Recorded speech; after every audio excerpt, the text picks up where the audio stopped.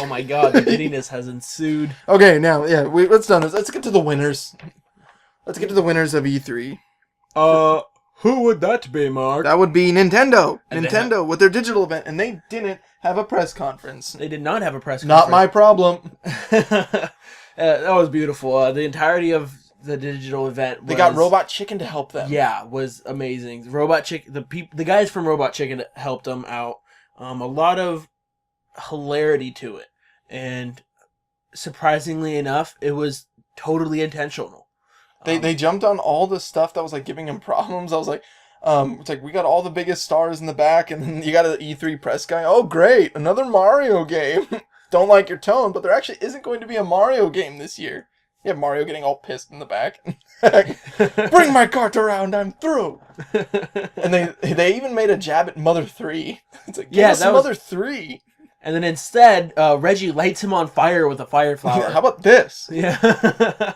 Which I think is pretty great. If all the heroes are backstage, where are the bad guys? Once again, not my problem. Boom! It's a me, Wario! And Bowser shows up, and I forget the Ganondorf. Ganondorf shows up. Looks like it is my problem. Well, I go Reggie on these fools. I love that. Well, I'm gonna start using that as a saying, as my own saying. While I go Reggie on Mark here, enjoy this beautiful trailer. Reggie Fils-Aimé is God. He is my Jesus. So we're going to be keeping that certain game that they talked about in the beginning with the trailers and all that, which, by the way, was epic. Their little trailer fight. We're going to keep that. Totally Dragon Ball Z on each other. Yes, and I loved it, Mr. Iwata and Reggie.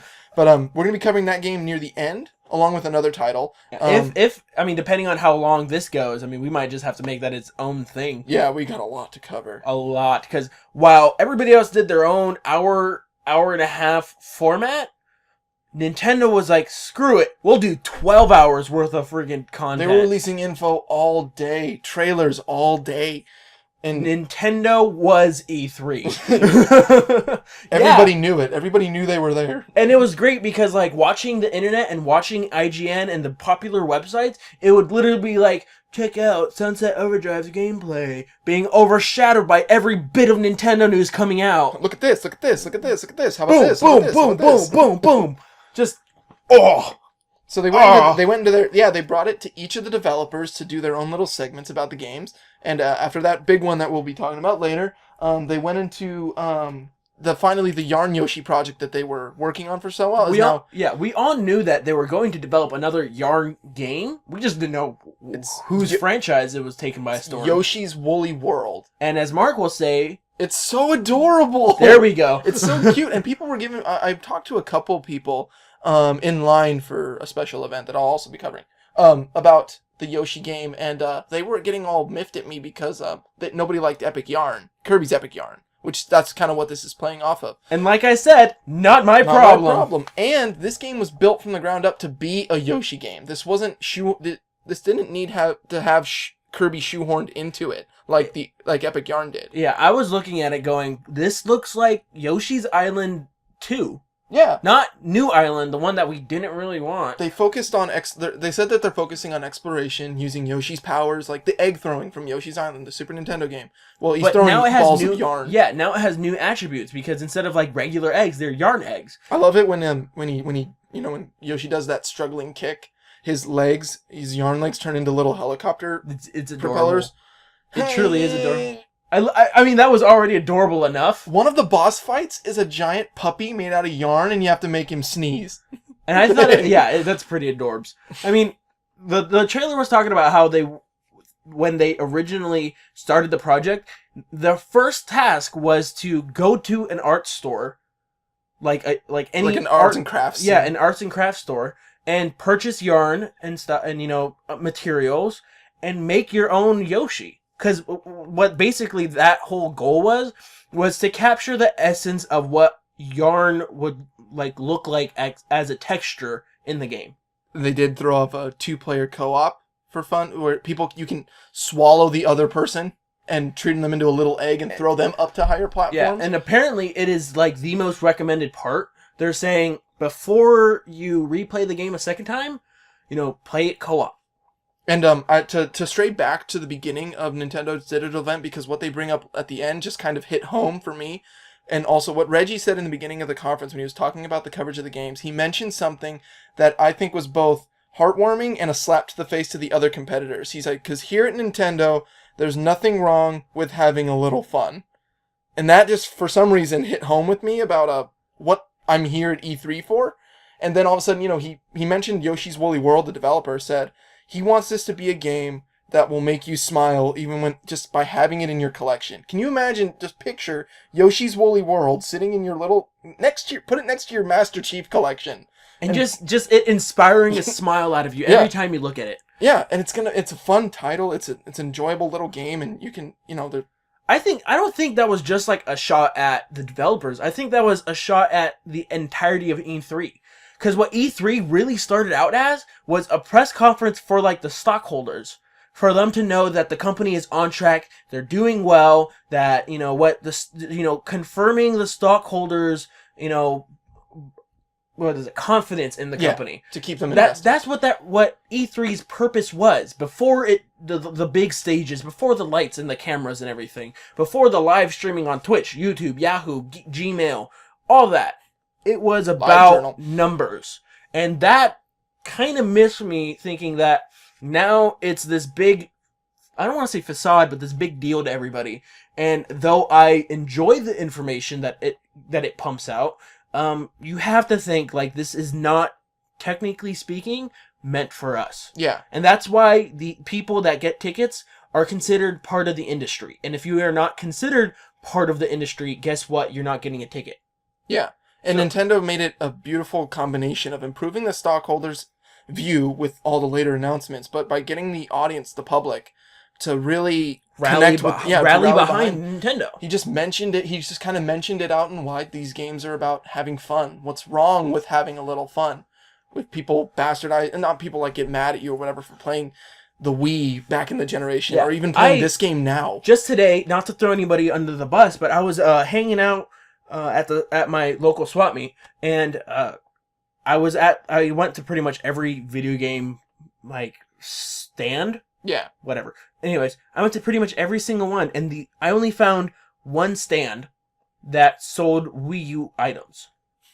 And when I told the guy, I was like, you know, how come you have stuff but nobody else does? He goes, because I have everything, man. And I'm like, all right, cool. Well, do you own a Wii U? No. Why not? Because my Xbox. Okay, all right. Well, what's wrong with the Wii U? And he's like, oh, it's no game. It's not for games. And I'm like, and that really, like, I don't want to say it hurts me, but it's like, Nintendo works so hard, and they are such a great company, and I have adored their business practices, and I've hinted to it during the E3 impressions that publishers like EA and, Ubisoft Microsoft, not really Ubisoft, because they're actually pretty good with their employees and stuff like that, but other companies have horrible business practices of laying people off and throwing people's lives out of loop just because they're not necessary for the first 3 months of development. You know, Nintendo keeps these people around till they're bitter and old. I mean, and they put them to new projects. Yeah. They shuffle them around to, different things. Like, for example, we saw this somewhat bitter old lady at this Nintendo event that we are going to speak of later.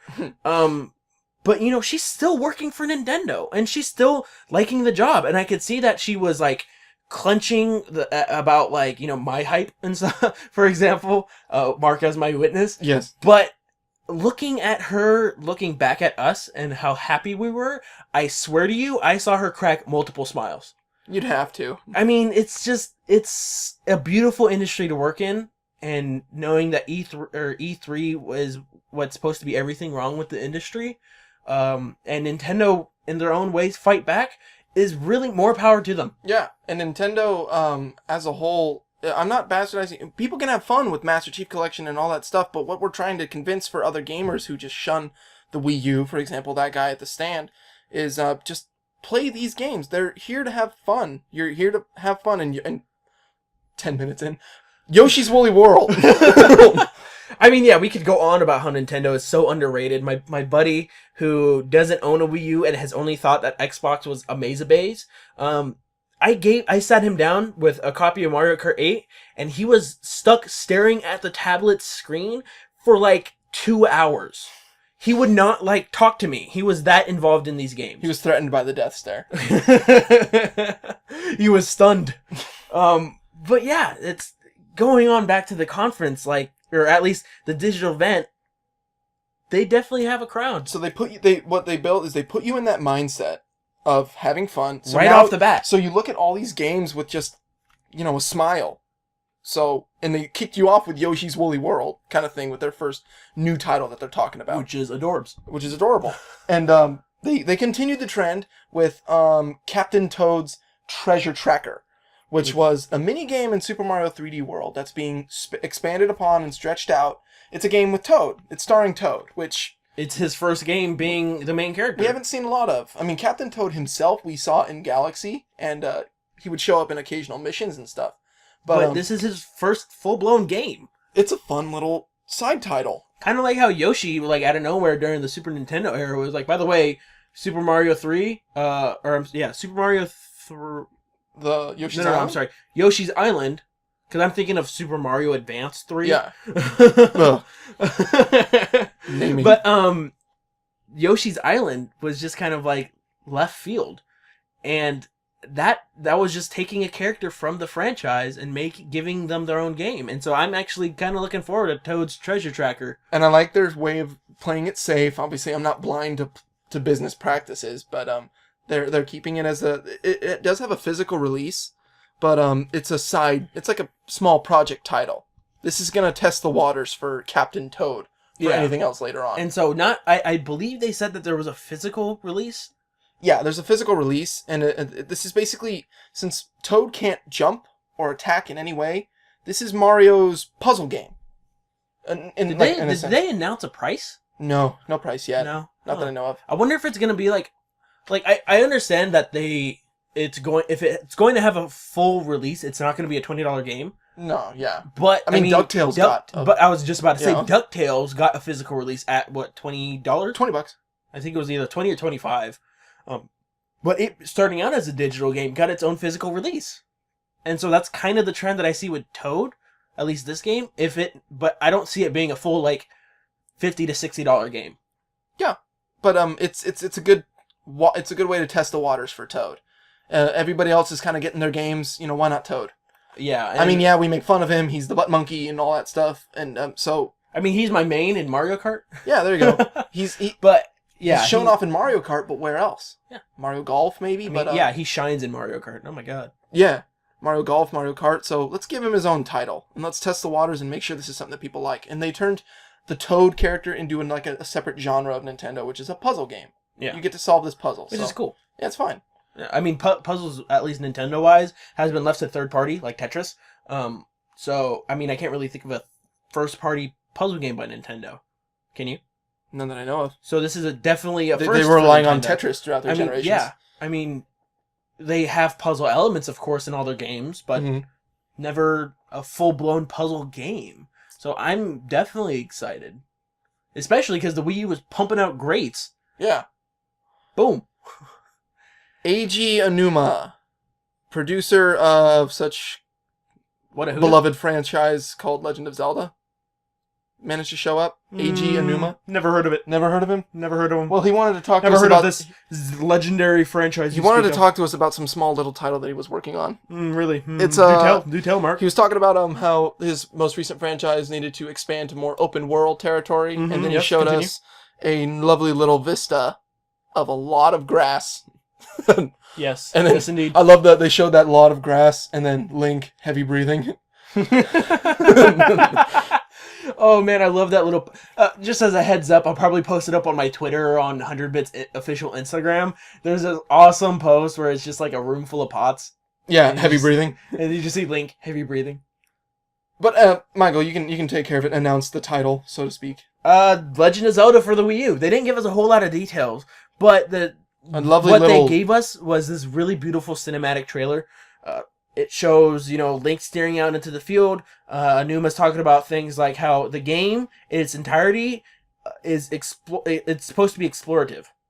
The puzzle solving now expands from miniature dungeons to things like exploration and stuff like that. Like, I was looking at the vista that he was showing off. He's, saying like that, I think I'll be showing off the vista in the video. I'll put the picture up. But he's like saying, those mountains back there, you can get to those mountains. Yeah. So now I'm getting like a Skyrim vibe. Yeah, you could go to the mountains. That castle, you could go to the castle. Like, it's just like, you're going to have to ask yourself from the beginning, how am I going to get there? Your what Link, route? Where do you go? Yeah.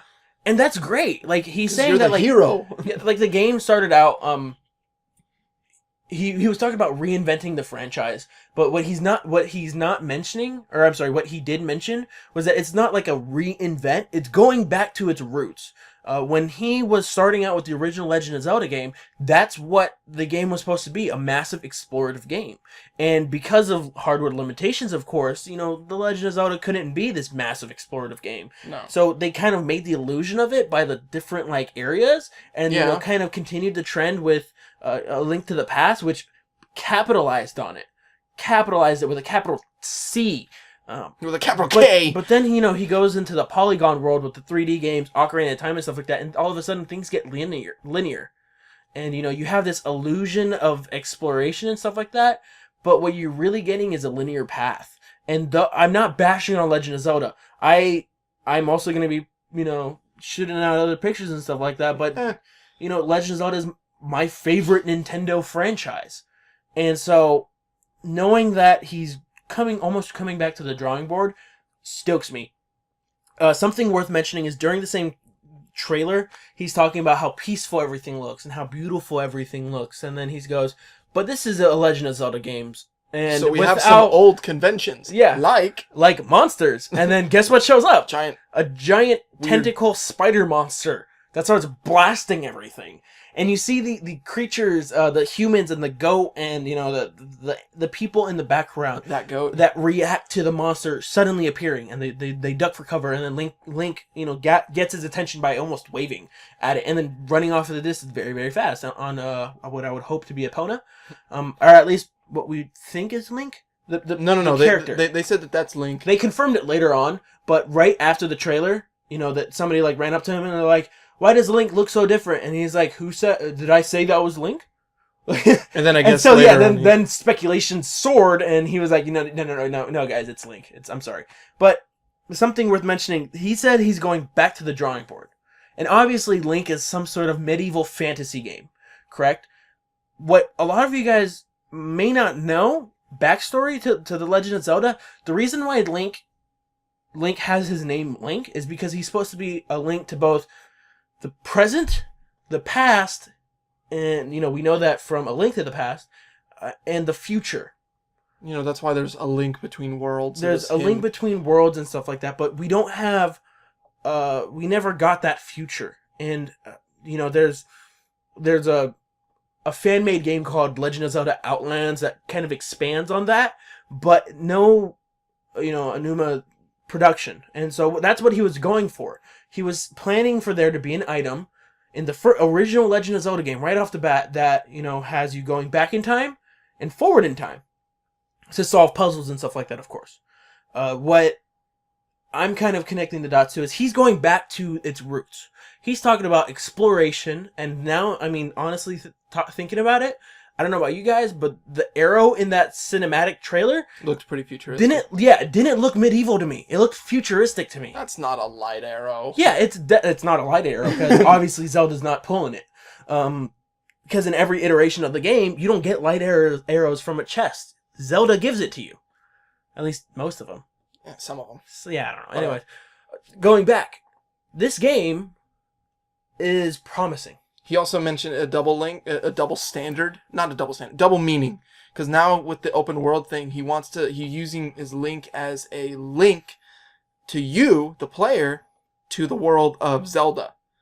Like I think obviously it's probably the reason why he keeps him as a silent protagonist or something like that. But he wants you to live the adventure, be the embodiment of the hero of. Which is time. Which definitely sounds empowering, at least the way he says it. Yeah, honestly, I'm stoked. I can't wait to. We got pretty in depth with how it feels to be the hero of Legend. It was a very anime art style. With Skyward Sword, they're moving away from that kind of artsy paintbrush style. Artsy. I liked it. Whatever. Anyway, I just don't like the way you look. It I liked it, but they're yeah, it does kind of look anime-y, but I'm excited. I'm ready for it. Moving along. I got to keep the ball rolling. They showed We off gotta keep the ball a rolling. pretty sweet trailer of Pokemon Omega Ruby and Alpha Sapphire. Boom, gameplay footage. We now know it's a full-blown 3D game. And I wasn't really like fanatic about the Gen 3 remakes, as if they have to come up now. But when they were announced, I got really excited because I invested a lot of time in Red, a lot of time in gold and Crystal. I mean Silver and Crystal. The Gen 1 and Gen 2, obviously they're the foundation. But when I actually got invested into the 99-hour plays was Pokemon Ruby for me. Yeah, and I've mentioned before, Ruby was my first Pokemon game. I mean, I dabbled a bit in Yellow, and I dabbled a bit in Crystal, because those were kind of like, but they weren't my games. They were my buddies' games, and so I was like, all right, cool, Pokemon is a Pokemon game, right? Because I watched the anime. What's the word I'm looking at? Addictively. Yeah. I mean, who doesn't want? Yeah, fanatically. There we go. But Ruby, I get for Christmas, and Ruby was my game. Everybody remembers Red or Silver very fondly. Mm-hmm. Mine is Ruby, and that's like the one that nobody remembers fondly. But I mean, that was my only game for my Game Boy Advance. I didn't get Metroid Fusion. I didn't get any of the Super Mario Advance games. I got Pokemon Ruby and Jimmy Neutron Boy Genius. So since Jimmy Neutron's not getting the remake, yeah, since Jimmy Neutron's not getting a remake, and I don't see my buddy around to lend me his Game Boy Advance games. I'm so excited for this remake. They got off some fancy Mega Evolutions of the starters. Diancie, who they just announced we will be receiving an X and Y, and will be transferring to our Ruby or Sapphire adventure. Which is the only way you can Mega Evolve it. Yes, because I guess like when you transfer it over, or somewhere in the story, you get its Mega Stone. Yeah, it's probably going to be something involving the Pokemon or Bank. Mega Item. Or the Transporter. Yeah. But they also did reveal later on about Mega Sableye. Another cool Pokemon. The Pokemon before the Fairy type that had no weaknesses. Now he has weaknesses. Yeah. But so we got a full gameplay trailer. We also were shown off the poster boys of these games. Primal Evolutions or something. Primal Devolutions, I believe it's called. Yeah, I don't know if it's an exclusive to Groudon and Kyogre. Or an evolved form, because it looks like obviously a souped up version of them. Yeah, it looks like their Mega Evolution. So it's Primal Groudon and Primal Kyogre. I don't know. Maybe it's something that we could do to them in order to create. Well, Black 2 and White 2 messed with the fact that you could fuse Pokemon, White Kyurem and Black Kyurem. So I'm excited to see what they're going to do with this one. But it was a very simple trailer. They gave us a November 21st release date. Boom, in my phone, ready for pre-order, or already pre-ordered, ready for pickup. So like now, people, work on it. We were talking big about Nintendo, but if you don't have a 3DS at this point, you are so dumb. You're missing out on so many titles. DS. So with Omega Ruby and Sapphire, they decided to throw us back into the Zelda world. This time with a title that's coming a little bit closer. Take it, Michael. Dun dun dun dun dun dun dun dun. Hyrule Warriors. Over the top anime slaughter. This one was definitely on point, and the trailer for it, I wasn't able to see a whole lot at first, but seeing it's they covered so much gameplay in it. Yeah, they covered a lot of gameplay, and what was really cool was its nods towards previous games. They started off with Midna, which Twilight Princess, give or take, is something that you like. Zelda will be playable. That was big. Zelda was playable. Midna was playable. We already confirmed Impa and Link, obviously. What's really cool about it is they didn't tell us who the final enemy is, but they showed us what that gameplay is supposed to be. Mm-hmm. And he's saying that there's a lot more characters in this. So we're not just limited to those 4. To my understanding, those aren't the only 4 playable characters. You said Dynasty Warriors. They're just the main 4.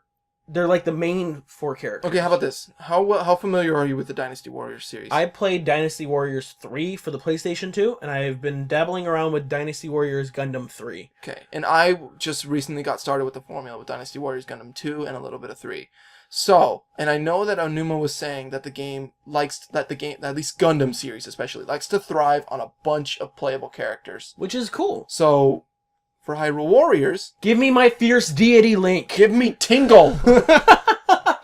That would be awesome! I'm sorry. For those that don't like Tingle, I think that would be hilarious to see. But it's the simple... They seem to have with the gameplay, they have the formula intact. The Dynasty Warriors formula, just taking fast-paced combat. I mean, one thing that kind of turned me off about Gundam 3 and that Dynasty Warriors 3 had was its pace. It's kind of slow until you level up the character, right? This one, right off the bat, was fast-paced. And this one's getting you to explore, too, because in the gameplay, it showed off that you needed to find certain ways, like a bridge came out and you couldn't access that area anymore. But if you found the treasure chest, that would lead you to, the classic Zelda, the grappling hook. And now you can use the grappling... Yeah, to bring the bridge back down. Yeah, or like you use slingshotting up to it. You can find things that improve your trip, which obviously keeps the pace up. Yeah, which is really cool. And the fact that...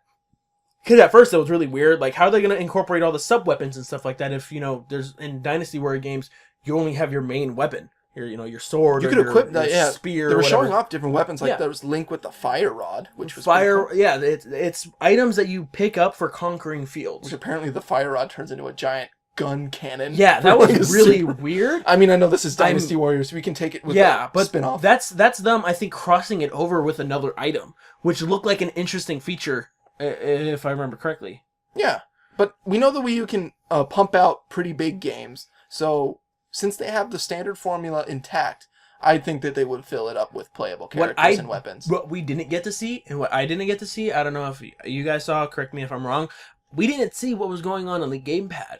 No, we didn't. A lot of games have really cool features on the gamepad, and I mean, with the exception of the horn. From Mario Kart 8, I'd like to think that maybe it's a map. Something tells me it's either like a map or maybe a quick inventory slot thing, like how similar to Wind Waker or something like that. He was mentioning something that you can do the Zelda style and find the dungeon map that'll find you the secret things to look for in that thing. So I think the map would be on the gamepad. There you go.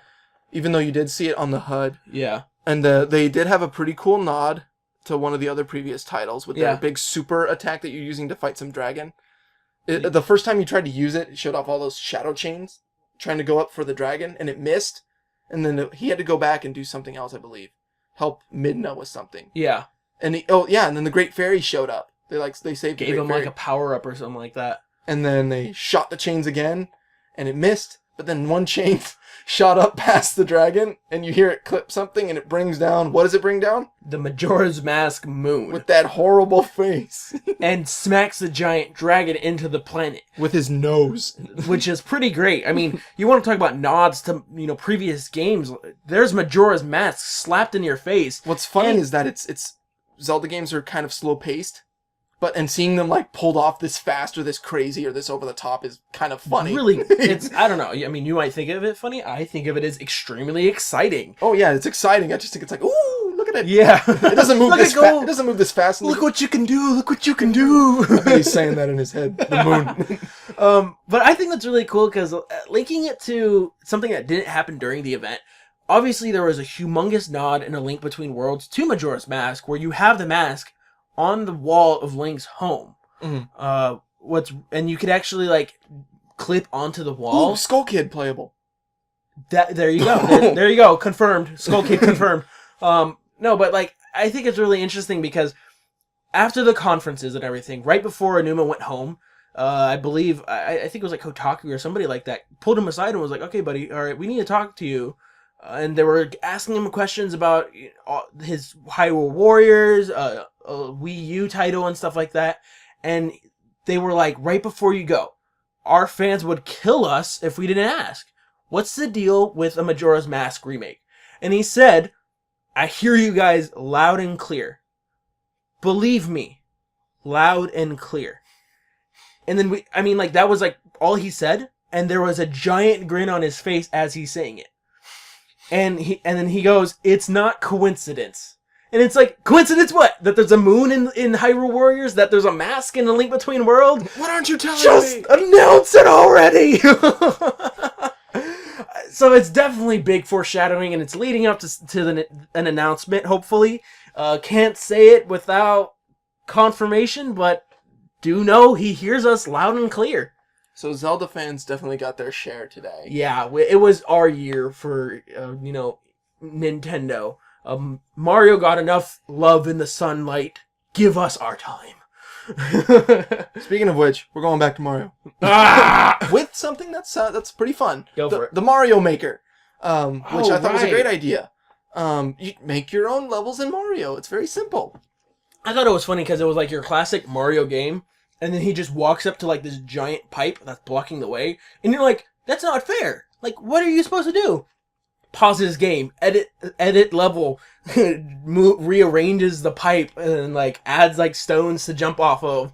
I'm like, what's going on here? And then Mario level maker, game creator or whatever, right? And I'm like, ooh.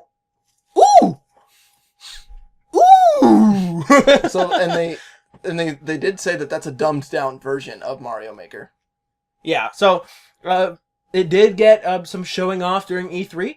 And what I thought was cool is that you could switch between the Mario Brothers style from the NES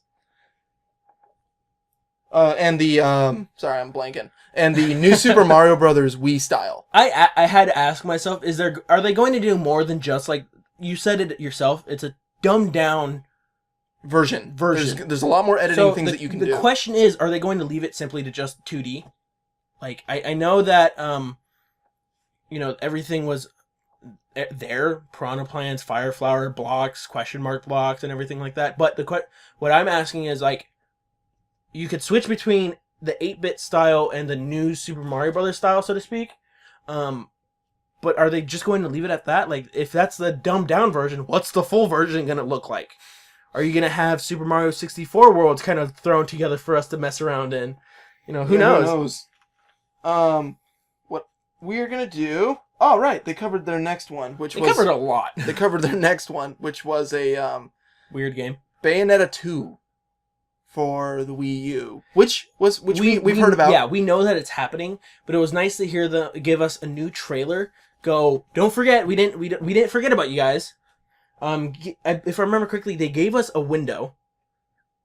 Yeah, they gave us... I can't remember what the window was. I missed it. Yeah, I'm blanking out on it. I think it was like late 2014, early 2015. Yeah, I didn't write it down because they kind of dropped another cool bomb when it came to Bayonetta 2. Yeah, they're releasing the first game with like new side missions and stuff like that as a digital bonus. And Nintendo costumes. Yeah, and digital side missions and that stuff aren't like just that. costumes, apparently. Yeah, they're like power-ups. Link, like the Bayonetta Link collects rupees and hear the jingle when she uses the key. Bonus mission. Princess Peach summons Bowser's hand instead of like the usual spirit demon hair. Yeah. Or like Bowser stuff, which is a bit creepy and eluding, but whatever. And then there was a nice Samus homage, like with the visor on and everything. And that was pretty cool. Yeah, cool beans. I wound up ditching my Xbox 360 version of Bayonetta because, well, I don't need it. Yeah, obviously. This is going to be on the Wii U. This is 2 games in 1, which, once again, even a third-party product on a Nintendo is going to get a lot of attention. It just went crazy. Next, we got a fun little teaser for the next Kirby title. Which is a direct sequel to a previous Kirby title. Kirby Canvas Curse for DS, which I'm a bit unfamiliar with. But this one's called Kirby and the Rainbow Curse. It looks like, it didn't say anything, it looks like a downloadable title for me. Yeah, it can't honestly be its own game. This isn't legitimate Kirby platforming. This is fun rolling around with drawing. I mean, that's why it got a DS release and not a GameCube release or whatever, whatever was at the time, or a Wii release, because, I mean, you could have done the exact same features and stuff like that on the Wii console with its motion controller, but, like, they didn't because it obviously shouldn't warrant its own game like that. It does look like just a fun, downloadable time. Mm-hmm. So, quick behind-the-scenes moment for 100-bit. It's kind of hot right now when we're recording. So, it heats up fast. So what I'm going to do is I'm going to try and turn on a fan at the lowest setting, and I'll edit it out until we're back. All right. Ready? All right. Okay, guys. All right, we're back. All right. Sorry. Talking about Nintendo gets me sweating. Oh, nice and hot and steamy. Okay. We covered delicious. Kirby. Okay, we covered Kirby, and then we get the reveal that people were waiting about. At least a couple people were waiting about. The X game that Monolith Soft was working on. Yeah, what is this X game? Do tell, my good sir. Well, for those of you that are unfamiliar, because there's actually a pretty awesome Wii game going out right now called Xenoblade Chronicles. I know it's hard to find. Blasphemy! I know it's hard to find. It's Well, it got really cheaper. Good. It got cheaper, and it's a really good RPG. One of the best, most critically acclaimed of the generation for the Wii.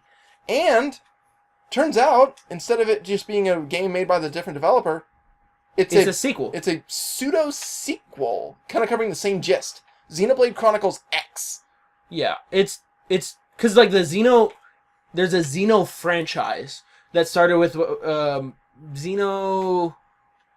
Xenogears, yeah, and there was a couple other titles. And what? Yeah, I can't really remember anything else other than Xenogears, but I do know that it's a franchise that has been going on since the PlayStation 1 because it was actually from a core part of the Final Fantasy team, and it was a pitch for Final Fantasy 7, but it was told that it was too dark to be considered Final Fantasy material. Mm. So what they did was they did Final Fantasy 7, with Cloud and Sephiroth stabbing people. Yeah, that's not dark at all. And Xenogears got its own time in the light as its own different game. And since then, Xeno has been a franchise that's been ongoing, so to speak. And Xenoblade kind of, I was unaware of its release when it hit, but after hearing about it... There was a lot of momentum, though, because there was like a petition to move over games from Japan to the United States. This game includes Pandora's Tower, The Last Story, and Xenoblade Chronicles. These 3 games were part of...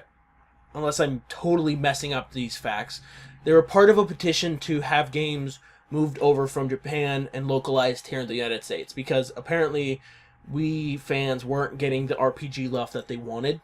And Xenoblade proved its success over here. Yeah, and I'm so glad that everything fell through perfectly, because we're getting Xenoblade Chronicles X, and boy does this look pretty good. They didn't give us just a gist of the story. They gave us full-on gameplay that looked crazy. Hey, here's a robot. You get a robot. You get a robot. Look under your chair because you got a robot. And look at how badass you can be when you're out of the robot. Yeah, look at you with this Gatling gun. Look at you, stabbing this guy and shrinking him for his pocket change. Yeah, you can do whatever you want in this game. And with the Wii U's hardware, we can get an even bigger game. And it looks beautiful. Yeah, and that's the main part that I want to emphasize, because the Wii was limited to 480p. It was limited by how good games could look. And though we might talk about, if you put some component cables, it'll look better, that doesn't change the fact that this stuff was intentionally placed as 480p. This game being a full-blown 1080, my body is ready. So, Xenoblade Chronicles X, another game that's going to warrant a Wii U purchase. And with that, they kind of closed up their conference, but here's where we're obviously not done. What we were saying is that Nintendo went on for 12 hours dropping information, and there were trailers that you had to look for. And actually, it wasn't just limited to Tuesday. There was new information leading up till Thursday.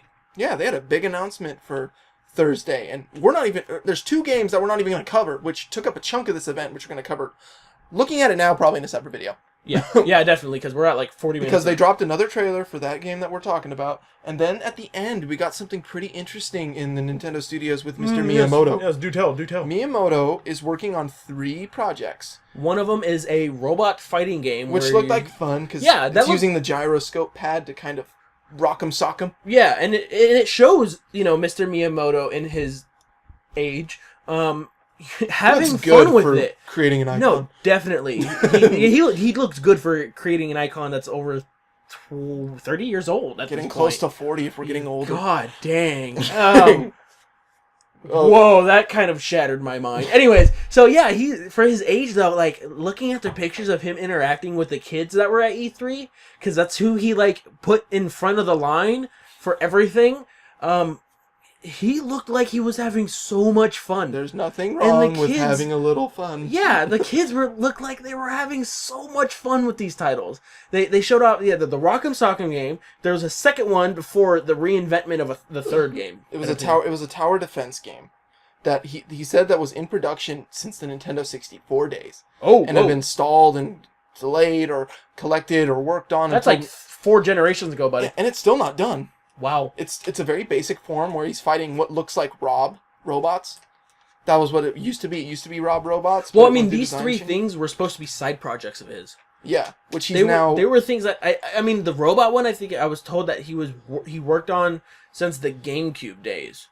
Yeah. So these have been in production. So, and obviously we can trust Miyamoto for this stuff. Anything. Creating Pikmin, Jesus. even during this time. Which is funny because Pikmin started out, the concept was like totally unseen, because it started out as a tech demo, for Christ's sake, for the power of the GameCube, with all the different Marios running around on screen. And then he was like, you know what?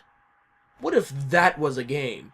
And right now, because they're in beta footage and they're very basic names, Project Giant Robot and Project Guard, which was a simple tower defense game where on the gamepad, you had access to all the cameras over the base that all have turrets on them, and you look at the cameras to see who's approaching your base.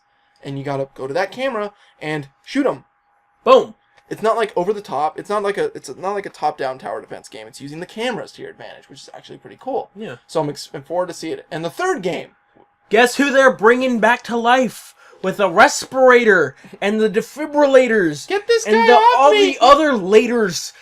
Star Fox is coming back. And it's under Miyamoto's guidance. God, I'm gonna love it. He's taking full control over the project. And I'm so glad, because if you guys have not been watching the previous videos, Star Fox was the game that introduced me to a Super Nintendo. It was the first game on a Super Nintendo. And he definitely alluded to it, because at the end of the digital event, the screen that he was playing on blurred out. He's like, "Oh, hello there. I'm just trying out some fun stuff." You can see the R-Wing. Star Fox. He's can see the R-Wing. Star Fox. And what's cool is that he gave the chance to like the industry, of course. You know, we had IGN playing it, we had Kotaku playing it, we had I think Game Informer got a whack at it, and the caption on all of them involved some sort of co-op snarky, or I shouldn't say snarky, but witty remark about how great the game was. Mm-hmm. And I specifically remember IGN's where they go, "I'll drive, you shoot." So I'm excited. I'm ready for my wingman over here to cover my back while I fly through these asteroid belts. The Landmaster will be back there, yeah, too. There's actually supposed to be 3 different vehicle types. There's supposed to be a Landmaster, an R-Wing, and some sort of helicopter type. I guess they're not bringing the sub back. Yeah, I didn't like it. Who knows, though? This game is obviously still really early in development, but the fact that it's here is something. Something worth mentioning, too. The other franchises that we spoke about that might get reinvented, you know, F-Zero didn't get any love, Metroid didn't get any love, but there is some light at the end of the tunnel for these franchises because, for example, I don't know if it was Miyamoto or just somebody from Nintendo, they said, "Don't worry, we have Metroid news coming soon." And he apparently looks at whoever he's commenting to. He's like, "And I'm not talking about just 3D Metroid, 2D too." So everybody's getting some love with the Metroid. I mean, that's great news. Yeah, and they're only, like, one of the downsides he was mentioning that they didn't really talk about F-Zero. They also kind of they failed to cover Shin Megami Tensei Cross Fire Emblem for Wii U. Yeah, which is a bummer, but given the fact that they're bringing back Star Fox, I'm okay with letting this slide. And Shin Megami Tensei Cross Fire Emblem is a game that we know is coming. So yeah, it was announced. There was a miniature... The problem that we have with Microsoft and Sony is that we just don't know what they're going to do, kind of thing. And it's a bit odd when we hear things like, you know, is this going to show up? Well, we don't know. Yeah. And so... I'd rather these announcements or the way that they're showing off things on Nintendo's side, you know, shine up. Nintendo had a lot going on. I mean, it showed off Mario Party 10. It showed off Fantasy Life, which is supposed to be this really cool RPG Harvest Moon blend. Like living a life game. Yeah, like job tasks, job levels, and stuff like that. They talked about something called Codename Steam, which is supposed to be like a blend of RPG and steampunk. Abe Lincoln needs to create a task force to stop aliens, and he's calling on you. And it's Intelligent Systems, the people who did Fire Emblem. Yeah, and that's cool. And that's not where everything ends. I mean, they just announced a new Final Fantasy game. I think what's this weekend? On Friday or Saturday after E3, they announced a new Final Fantasy game for the 3DS called Final Fantasy Crud. I wouldn't be surprised if it was that the title. Final Fantasy Crystal Shining Bravest. Chronicles Bravely Default 2nd. Oh yeah, I was kind of hoping a Bravely Default sequel, but I wasn't expecting too much of that. Well, I mean, I know that the guy who was behind Bravely Default doesn't want to call it like Bravely Default 2. He wants to keep the word Bravely and just kind of change the second I mean, there is name. there's a mechanic in the game called Bravely Second. So boom. I mean, who knows? I do know that the word Bravely is supposed to stay in the front for future titles, but that other games are supposed to receive something else. Like, I think he shot out a few names like Bravely Courageous, Bravely Shy. I don't know. But yeah, that's the formula, and I think that's kind of cool. Did you find that subtitle? Let me look for it really fast. In the meantime, keep them busy with some other awesome Nintendo news, because there is tons. They cleared up Theater Rhythm Final Fantasy Curtain Call, which once again is an expanded version of Theater Rhythm Final Fantasy, which I like. I thought it was fun. So hearing all the music from Final Fantasy, which is always good. All these characters that you can level up and adventure through, even the ones you don't like. Lightning Returns is in there. But I have my own opinions on the 13 franchise, including 12 and I think 14. I don't know. I haven't looked at that. But Mario Party 10 had an interesting mechanic with Bowser Party. 4 people are playing through Mario Party, but the 5th person is with the gamepad, and he's Bowser, controlling things like shooting fireballs at you while they're trying to run away, controlling a hamster wheel. So that's a fun, exciting, mechanic that's going to be introduced that once again has Mario Party destroying friendships. Explorers, Final Fantasy Explorers. Oh, okay. While I'm on the note, though, I do want to mention all the Final Fantasy news. Obviously, we didn't get Final Fantasy 15. Obviously, we didn't get Kingdom Hearts, but Square did come through on some other things. Like Final Fantasy Type 0? Final Fantasy Type 0 is getting a PS4 and Xbox One release. Completely remastered. That PSP game that nobody got to play because it was never localized. I thought I was going to get a Vita release. Boom, I'm getting a console release. Mm-hmm. I'm a happy camper. Especially seeing how they also announced that another game that was only released in Japan that exists in the same Final Fantasy Type 0 world was Final Fantasy Agito? Agito? Agito? I don't know. But yeah, that one for the iOS and Android. A mobile game. It's free to play. And there are some... hopefully they don't go all the bravest. But from what I'm hearing, it's definitely not all the bravest. Okay. Yeah, it's definitely supposed to be a lot better and a true Final Fantasy game with minor, in-game purchases. So thank God the entire mechanics aren't based around extorting money from me.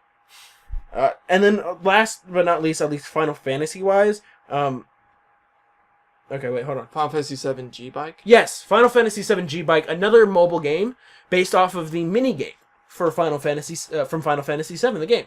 And what was interesting with that was that he didn't want to say, hey, by the way, we're remaking Final Fantasy VII, because Square has come on the record saying they're not going to remake Final Fantasy VII until they make a Final Fantasy that's better than 7. I know, until they have, no ideas left, essentially.